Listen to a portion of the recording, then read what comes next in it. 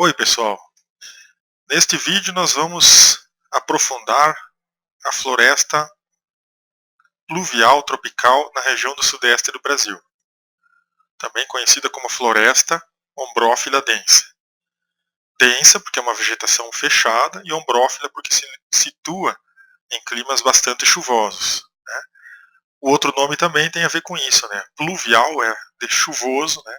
Tropical está entre os trópicos, né? De Câncer e Capricórnio, e na região sudeste do Brasil. Então, quando a gente estuda a vegetação, o próprio nome da vegetação já diz muito sobre onde ela se localiza. Então, essa floresta ombrófila densa, ela está entre 25 graus de temperatura, né, em torno dessa temperatura, e precipitação abundante, bem distribuída ao longo do ano.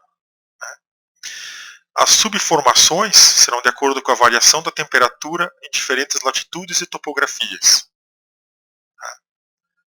Aí tem alguns critérios aqui, né? Por exemplo, sabe-se que a cada 100 metros que você sobe a montanha varia 1 grau. Então aí vai ter uma denominação, de acordo com isso, da vegetação em termos de montana, submontana e de terras baixas. Né? Então nós vamos ter nas subformações principalmente uma divisão de topografia. Né? Nós vamos ter formações aluviais, que é nas margens dos rios. Nós vamos ter subformações de terras baixas, né?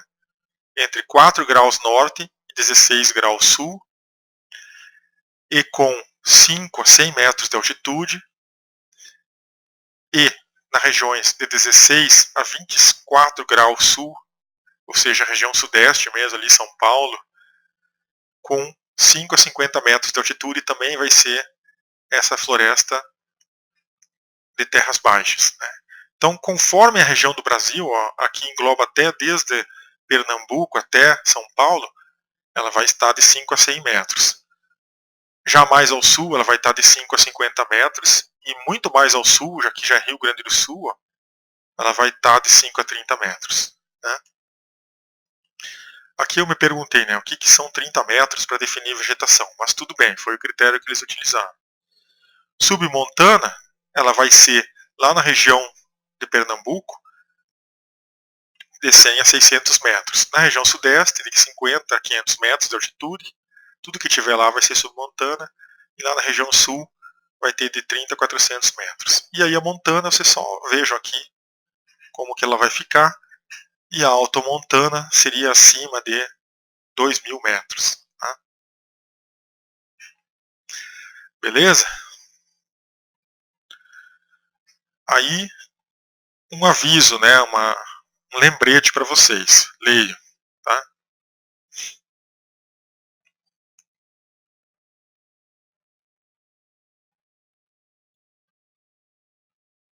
Muito bem. Então nós vamos entrar agora na floresta ombrófila densa aluvial, né, que são também conhecidas como florestas ciliares. Lá vai ter muito baguaçu, né, o pinheiro do brejo, a talau movata. Nós vamos ter muitas árvores de cascas lisas, raízes tabulares, tá? Porque é uma mata em margem de rio, então as plantas precisam se sustentar com raízes tabulares. Ceiba, virola, tapirira, mauritia, euterpe, que é o palmito, né? E calophyllum são plantas típicas da floresta ombrófila densa aluvial. Eu incluiria aqui também a margaritária, que é uma planta muito bonita com uma cápsula azul, metálica, 4 aberturas na verdade. Aí, ó, é disso que nós estamos falando, a floresta atlântica em margens de rios, certo? Ó, essa é a paisagem de que nós estamos falando agora. E aqui alguns dados sobre as plantas que ocorrem nessas famílias. Eu não vou entrar em detalhes aqui, porque isso aqui é sistemática vegetal. Só vou deixar passar mesmo aqui, vocês vão olhando do que se trata uma talau movata. Suas características, né? Que são as plantas dessas regiões que têm bastante influência da água na Mata Atlântica.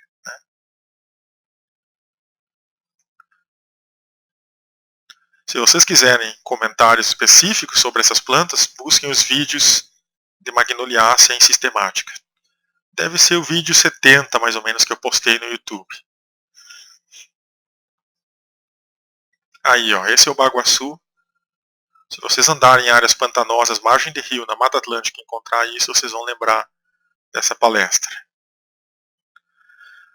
Então nós estamos na área de domínio da Mata Atlântica, certo? Então vejam o que é a Mata Atlântica. Ela é uma mata que existe desde a região central do Rio Grande do Sul até o Rio Grande do Norte, tá?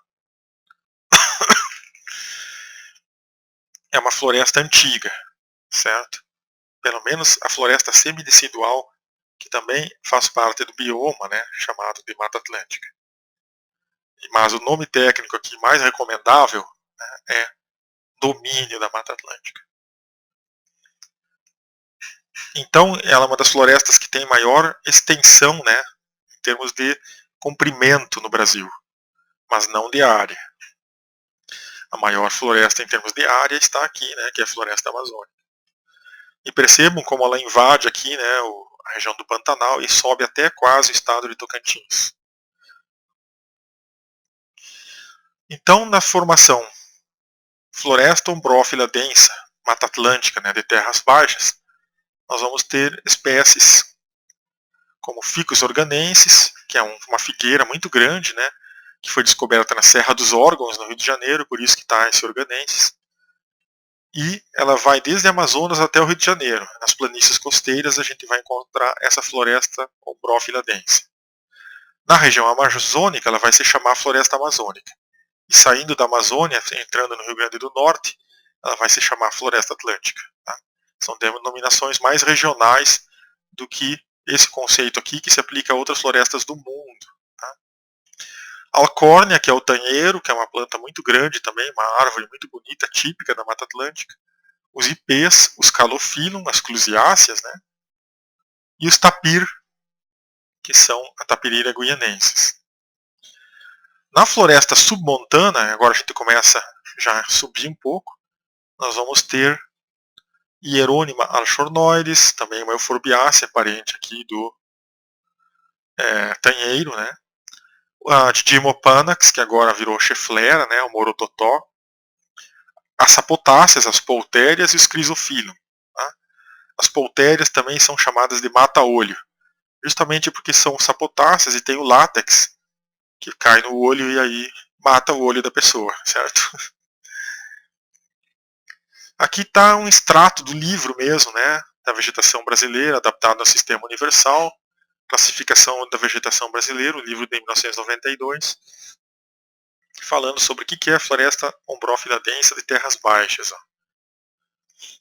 Certo? E aqui um destaque que eu dei sobre aonde ela ocorre na região sudeste, né, no Rio de Janeiro, bastante.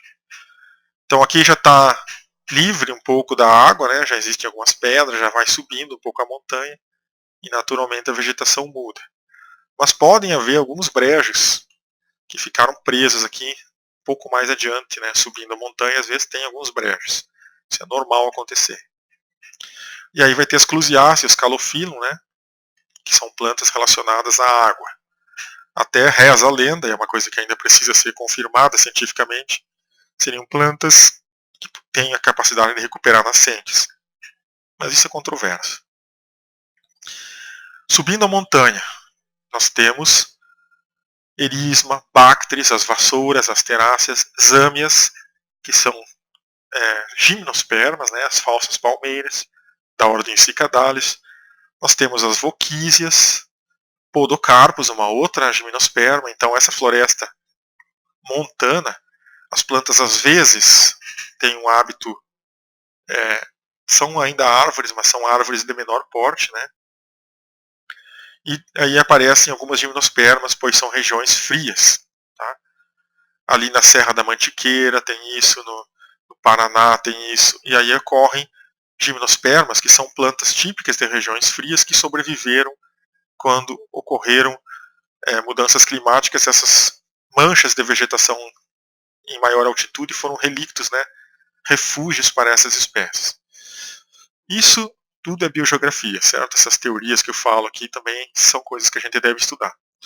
E as canelas, né? São árvores típicas de floresta montana.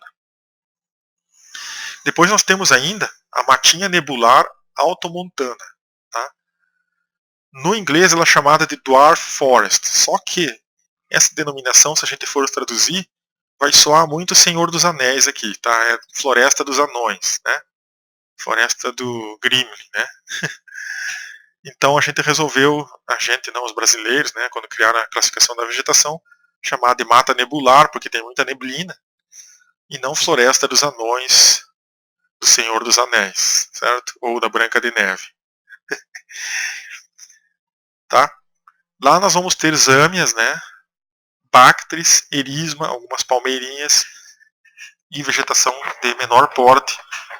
E uma outra característica aqui, a gente vai ter algumas espécies também que são capazes, isso foi descoberto em 1909 e redescoberto em 2007, são árvores capazes de, quando está muito seco o chão, elas captam pela folha a água dessas neblinas. Tá?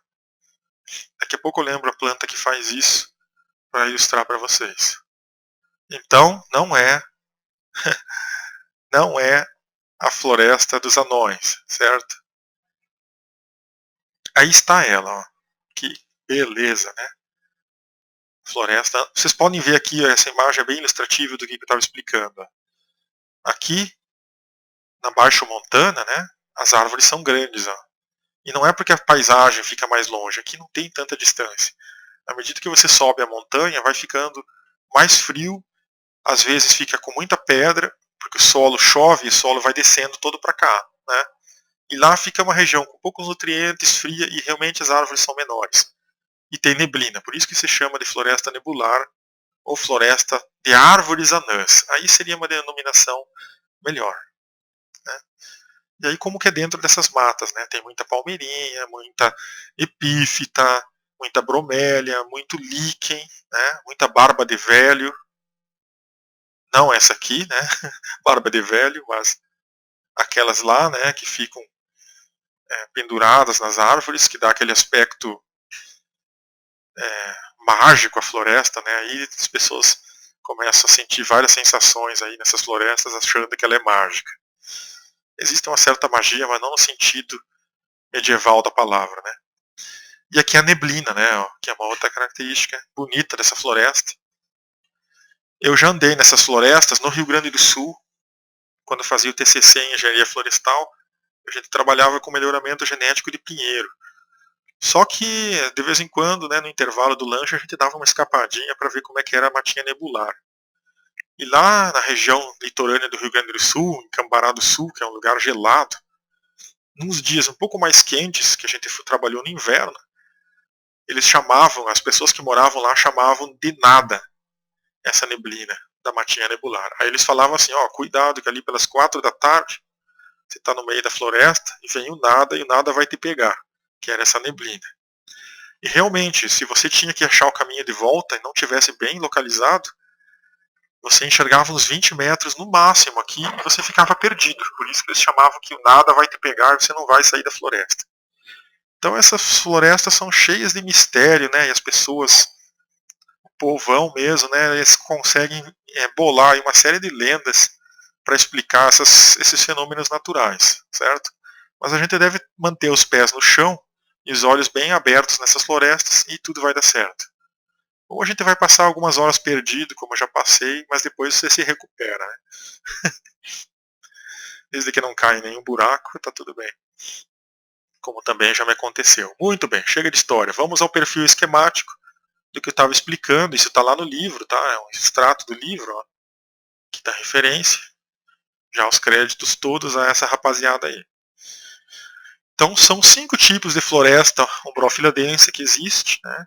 Dependendo da topografia. Ó. Vamos começar com a aluvial, característica margem de rio, terras baixas, são as planícies, e aqui tem situações curiosas, né? Em algumas dessas florestas você nunca encontra árvores muito grandes. Eu já andei muito ali naquela região de Cananéia, interior de São Paulo, litoral de São Paulo.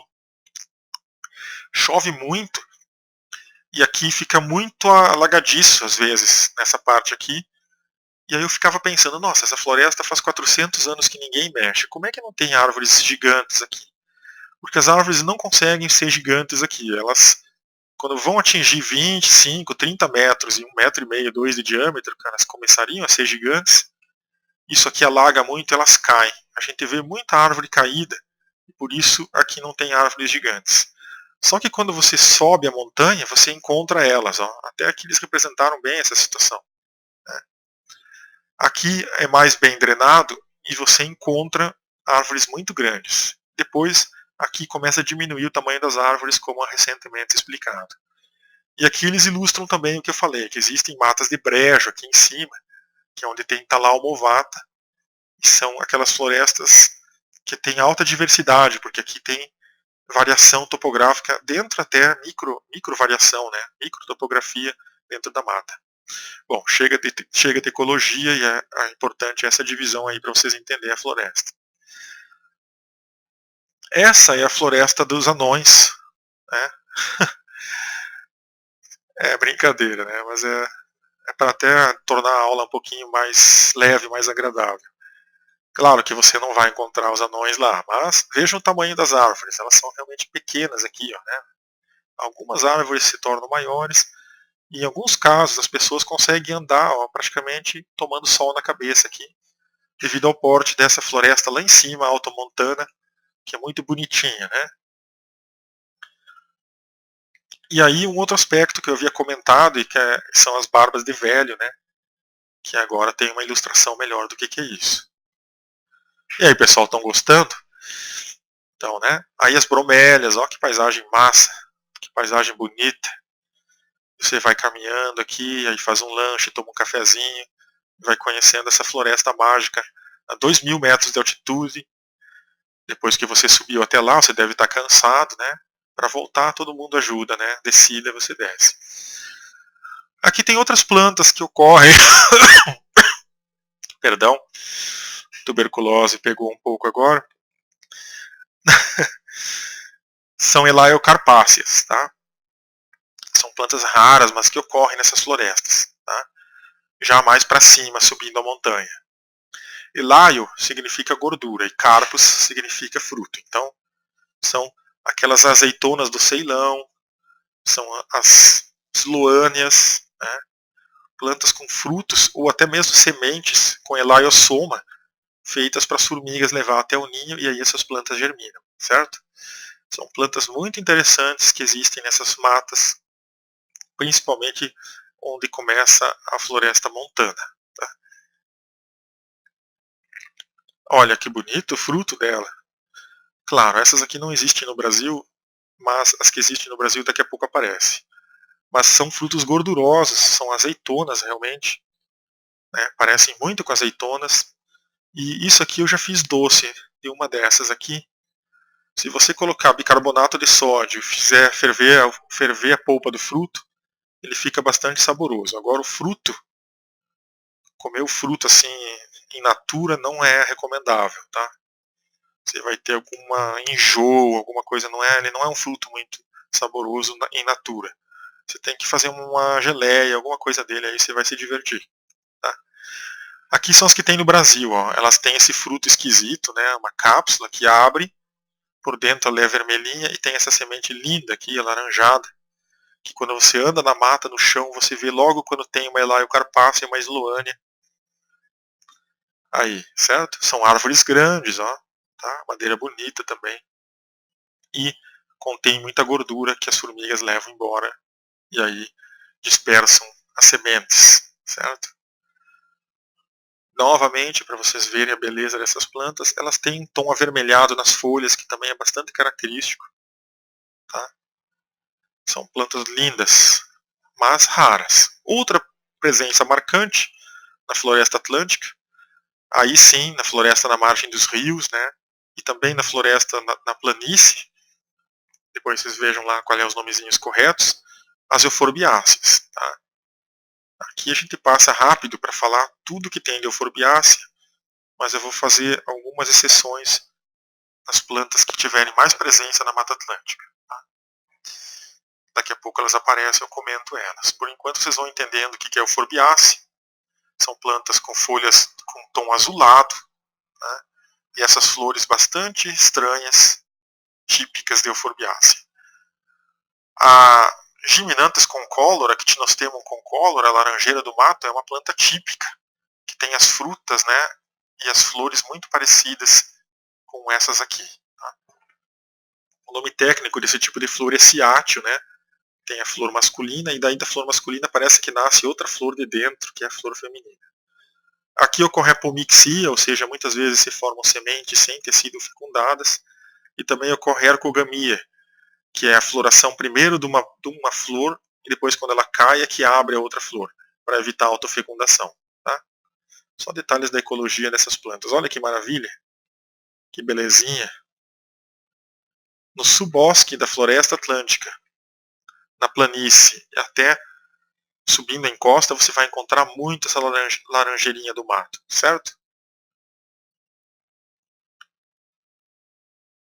Olha só, esse aqui é o anis, que também é uma forbiácea, e olha quantos gêneros existem. Variedade. E aqui o tanheiro, tá? O tanheiro é muito fácil de reconhecer por essa folha aqui, né?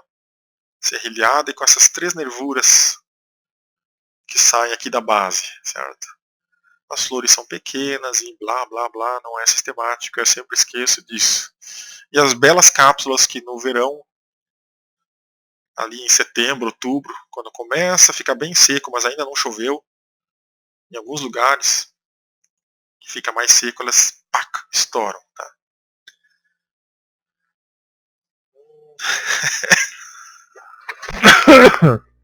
Isso aí é um corte do tronco de uma euforbiácea. Aí tem diferenças, elas não são cactos, tá? E às vezes as pessoas confundem isso. E aqui eu só estou lembrando esses detalhes. Deixa eu só ver quanto tempo eu já enrolei vocês. Ô louco, 20 minutos. Tudo bem, vamos seguir. Vamos seguir que o assunto é muito legal. São as florestas do Brasil. Espero que seja legal para vocês. Chega de divagação. Aí está a Gymnanthus, que é a planta que eu havia falado. E aqui realmente está como ela é, né? É uma laranjeirinha do mato, mas não é rutácea. Tem essas belas inflorescências aqui, ó. Vejam que frutinho. Parece uma cabecinha de carneiro aqui, com os chifrezinhos, tá? Aí, ó.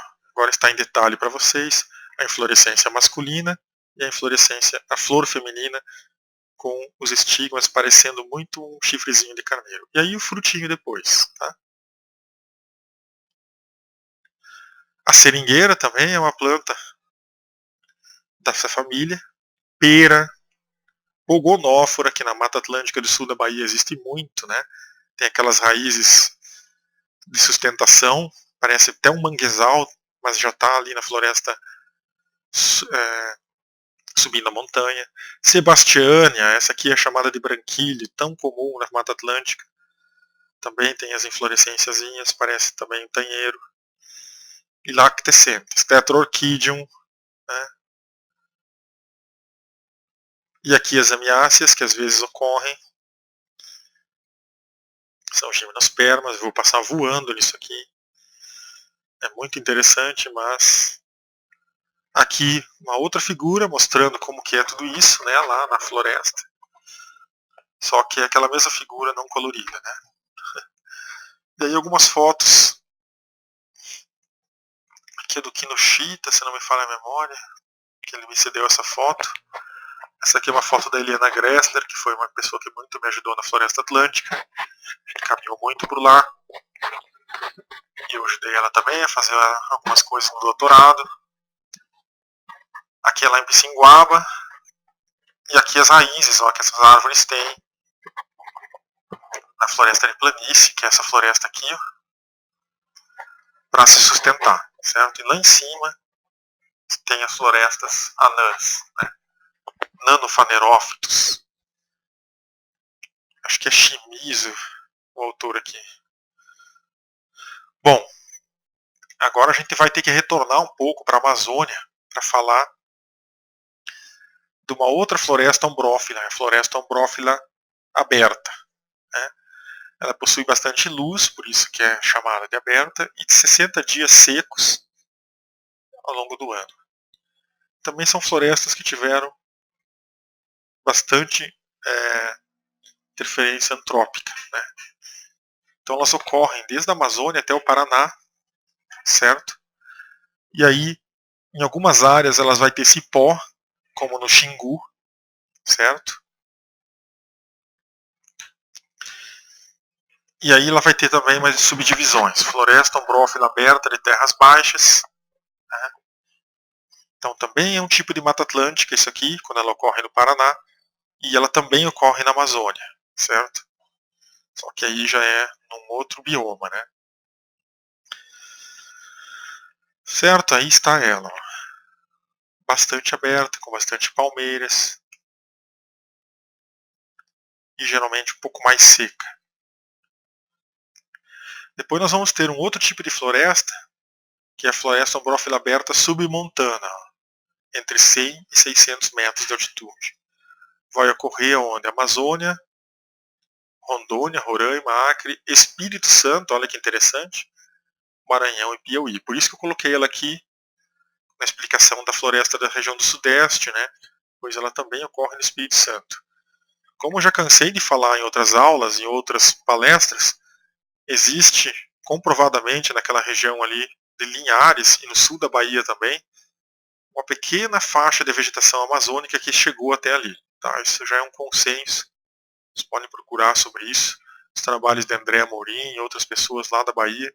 Vocês vão conferir que isso não é lorota, tá? É verdade.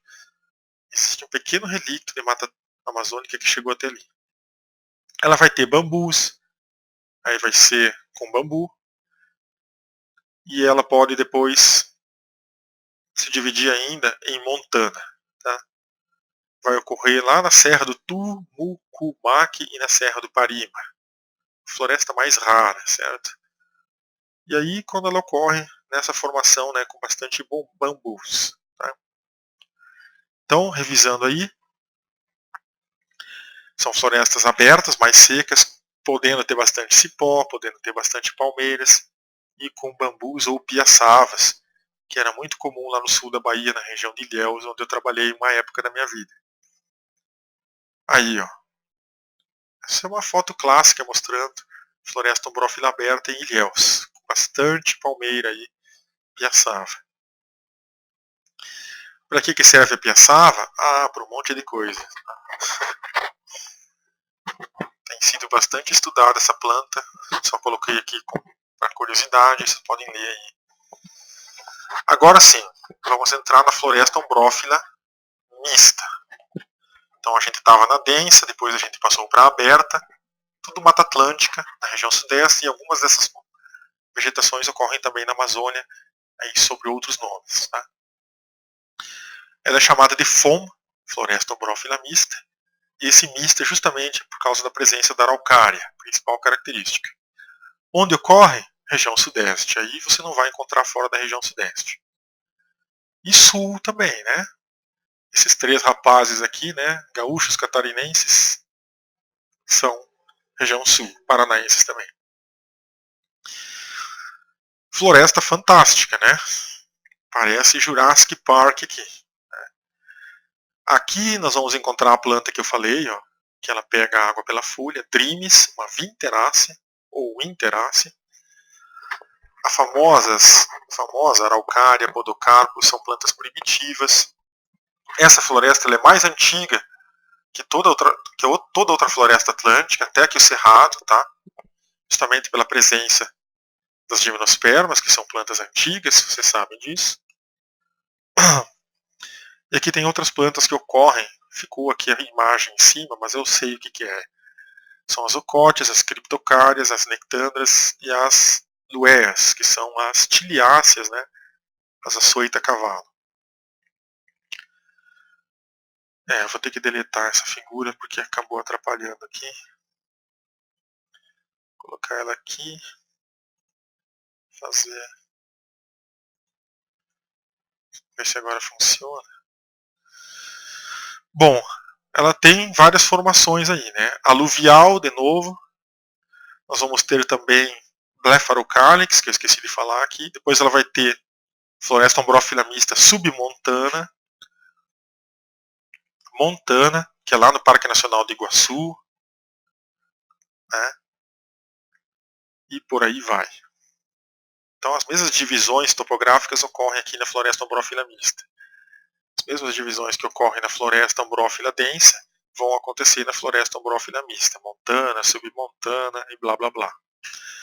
E aqui são imagens incríveis, né, desses parques, né, que existem no Brasil, Cataratas do Iguaçu, onde ainda existe essa vegetação bem preservada. E clássico lugar, né, a Cascata do Caracol, no parque lá do Rio Grande do Sul, Parados da Serra, certo? O Rio Paraná lá ao fundo, uma beleza incrível, e aí a floresta ombrófila mista. É disso que nós estamos falando, pessoal, desse país incrível que é o nosso, né, em termos de natureza. Lá estão elas, né, os fósseis vivos, Jurassic Park aí, araucárias. E aí o tipo de árvore que a gente está falando, né, são monstros, tá? Olha as pessoas aí perto da árvore. Na submontana, você vai encontrar ali aquela região de Parados da Serra, o cânion do Itaimbezinho. Você pode pegar o Osório ali no litoral do Rio Grande do Sul e ir subindo ele. E muito cuidado ao fazer isso, porque é uma região bem difícil de subir. Você vai encontrar floresta ombrófila mista submontana, uma das florestas menos estudadas do Brasil, pois ela fica ali no cânion do Itaimbezinho e é bastante inacessível. E imagina-se que exista muita espécie nova ali de sapo, de animais que ainda não foram descobertos. Tá? Com certeza na região sul do Brasil é o local menos estudado. A floresta ombrófila mista altomontana ela ocorre justamente lá em Cambará do Sul, naquela região que é muito alta, né, no Rio Grande do Sul. E em outros lugares, é claro, como também, se não me falha a memória, em Campos do Jordão. Tá? Ah, é, ali, ó. Nem tinha visto que tinha escrito ali. Tá? Então a araucária ela é pioneira, considerada pioneira, ela vem primeiro, ela se estabelece, ela é enterrada por alguns roedores, né, ou até aves que perdem os pinhões, e depois que faz a sombra que a floresta cresceu por baixo aqui. Então a gente encontra muito essa paisagem de campos com araucárias, e não foi porque cortaram tudo e deixaram araucária, as pessoas fariam exatamente o contrário, né? Elas cortariam todas as araucárias e deixariam o resto. Então ela é pioneira, ela vem e depois é que cresce o resto. Tá? Quem que é o resto? Cedros, muitas mirtáceas, né? Família do eucaliptus, da cerejeira, do cambuim, muitas plantas da família do café, as rubiáceas, muito drimes e uma diversidade enorme, muito podocarpos, né? E é essa paisagem que a gente está vendo aqui, ó, aluvial, depois submontana, com muita araucária montana e altomontana lá em cima. Tá? E a presença também de uma planta que está muito relacionada a esse tipo de floresta ombrófila mista, o Podocarpus alberti. Perdão, Lamberti. Alberti é o autor que vos fala. Tá? É um pinheiro e ele tem essa copa com os galhos bastante, parece o aro de um pneu de bicicleta aqui, ó, né? Bem espaçadinho, bem um padrão bonito de copa aqui. Tá? Bom, aqui existe uma série de teorias sobre esses pinheiros, que é uma coisa interessante a gente comentar. Não sei se eu vou comentar isso hoje. Vou. Se der tempo eu vou falar um pouquinho. São plantas interessantes, o Podocarpus celovi, para a gente saber a teoria dos refúgios. Aonde que existia a mata de araucária no passado. Nos últimos anos está esquentando, aí ela está se retraindo, mas quando esfriou ela se expandiu bastante. Na última glaciação, 10, 15 mil anos atrás, essa planta ela era bastante presente no Brasil, tá? Até na Serra dos Cavalos, em Caruaru, Pernambuco, existia Podocarpus, porque era frio. Tá? Existem lugares lá no Nordeste que é frio, é alto e frio, tá, pessoal? Isso vocês têm que lembrar. Então, esfria, Podocarpus expande.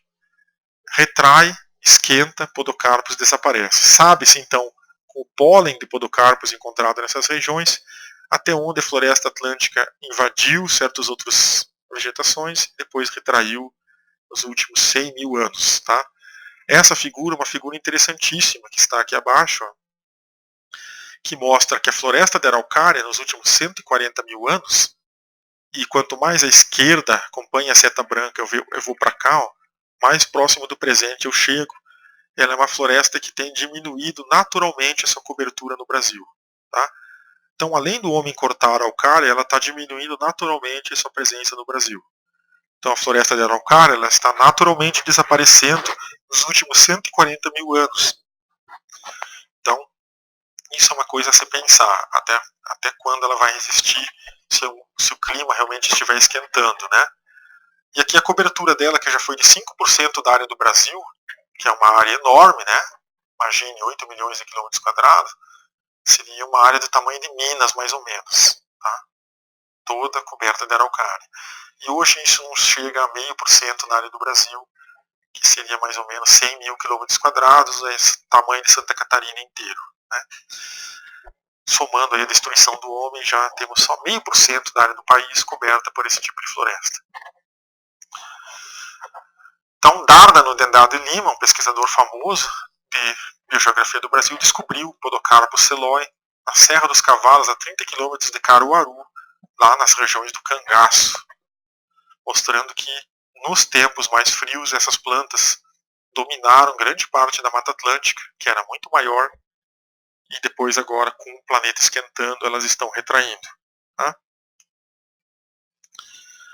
E aqui não vou entrar em detalhes, mas tem todo o caminho que essas plantas fizeram no decorrer do tempo, certo? Vocês podem ver aqui ó, as espécies, né? Aqui é aqui, e de onde elas surgiram, né? O centro, o relicto, o refúgio, e para onde elas iam quando esfriava. Né? Algumas vieram via Amazônia, lá da região do Chile, né? Ou por aqui também, ou na região mais austral da Argentina. Foi o caminho que elas vieram, né? Da vegetação do centro florístico da Antártida. Tá? E aí a Serra dos Cavalos. Tá? Outra paisagem fantástica que eu já falei, a Parados da Serra, os canyons, né? O Brasil também tem seu micro Grand Canyon, e lá estão elas, as florestas de araucária, floresta ombrófila mista. Que lugar fantástico. Tive a sorte de conhecer, privilégio de conhecer.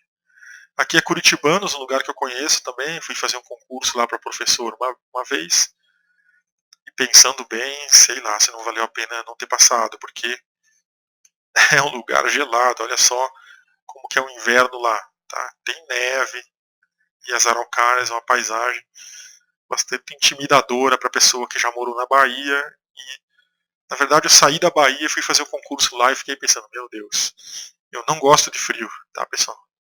Quem gosta de frio, aqui é o lugar, ó, Curitibanos, araucária e matas congeladas.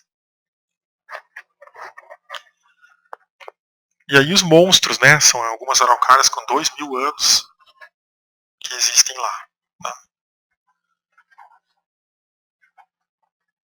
E as neblinas, né, nas áreas mais altas, as matas nebulares também ocorrem aí nessa região. Aqui detalhes da morfologia, da anatomia dessas araucárias, um pouco da ecologia. Eu vou deixar mais para vocês olharem e lerem isso, né?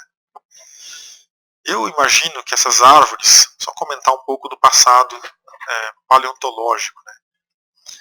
Eu imagino que essas árvores no passado elas seriam comidas por dinossauros, e aí talvez as acículas evoluíram para ser esse formato mais espinhento, e até a copa dela para ficar tudo lá em cima, para evitar que talvez alguns animais predassem a semente aqui, o pinhão, né? Isso aqui não é um fruto, lembrem, gimnospermas não têm frutos, elas têm as sementes direto expostas e tem essas acúlios quase aqui, né, as cículas espinhentas aqui na ponta, também das sementes aqui, ó, protegendo essas sementes de algum tipo de predador. Sabe lá se não tinha algum brontossauro, alguma coisa aqui? Essas plantas estão há 300, 400 milhões de anos aí, pouco menos, né? E conviveram com os dinossauros. Sabe lá se não tinha algum dinossauro que comia, esmagava tudo e estragava toda a semente. E aí ela, para fugir disso, ficou lá em cima, que o dinossauro não alcançava, e vejam que são monstros, né? O dinossauro talvez não conseguisse derrubar também as maiores, e isso fez com que ela sobrevivesse a essa época. Então isso aqui é muita especulação da minha parte, mas fiquem à vontade para pensar nisso e se divertir com esses ensaios mentais aí do professor Albert. E aqui onde ocorrem outras plantas parecidas, tá? No Chile temos Araucaria heterofila, na Nova Guiné temos a Araucaria Handstein, que é um monstro, tá? Tem 90 metros de altura. Aqui as imagens das pessoas destruindo ela. Agates também, tá? O Senhor da Floresta, o Tane Mahuta. Na Nova Zelândia, 50 metros de altura, 5 metros de diâmetro, 500 metros cúbicos de madeira, 2.500 anos de idade. São as maiores coníferas depois das sequoias, tá? Que beleza, né? Olha aí, ó, uma paisagem no Chile. A Araucária araucana se chama por causa da tribo dos araucanos que comiam as pinhas, e talvez um pouco da dispersão dessas plantas no continente tenha a ver com a dispersão de sementes pelo homem até o plantio dessas plantas no passado. Arqueológico, vocês podem conferir isso nos trabalhos de Berling, certo? Aí, ó, os estróbilos masculinos à direita e os femininos à esquerda. Quem quiser ler sobre todo esse momento mágico da história do Brasil, né, pré-história, né, trate de ler os livros de paleobotânica, muito publicados pelos autores lá da URGS, tem um departamento forte lá no Rio Grande do Sul. Tente se informar sobre o município de Mata, no Rio Grande do Sul, onde tem uma mata petrificada dessa época. Tente se informar na Federal de Santa Maria, no Rio Grande do Sul, sobre a Paleorrota, que é toda essa região aqui, ó, saindo de Porto Alegre até Santa Maria, no Rio Grande do Sul, que tá todos fósseis dessa época descobertos. Existem muitos museus, muitos livros, muitas coisas para vocês lerem sobre o passado pré-histórico e as florestas de Araucária na região sul, certo? Com isso, eu mando um beijinho para todo mundo e até segunda, certo? Ficamos por aqui. Lembrem, leiam, estudem. E já temos 45 minutos de aula e um grande abraço. Depois, na próxima palestra, a gente começa, aprofunda um pouco mais aí com a floresta semidecidual, que é muito importante no Brasil. Fui!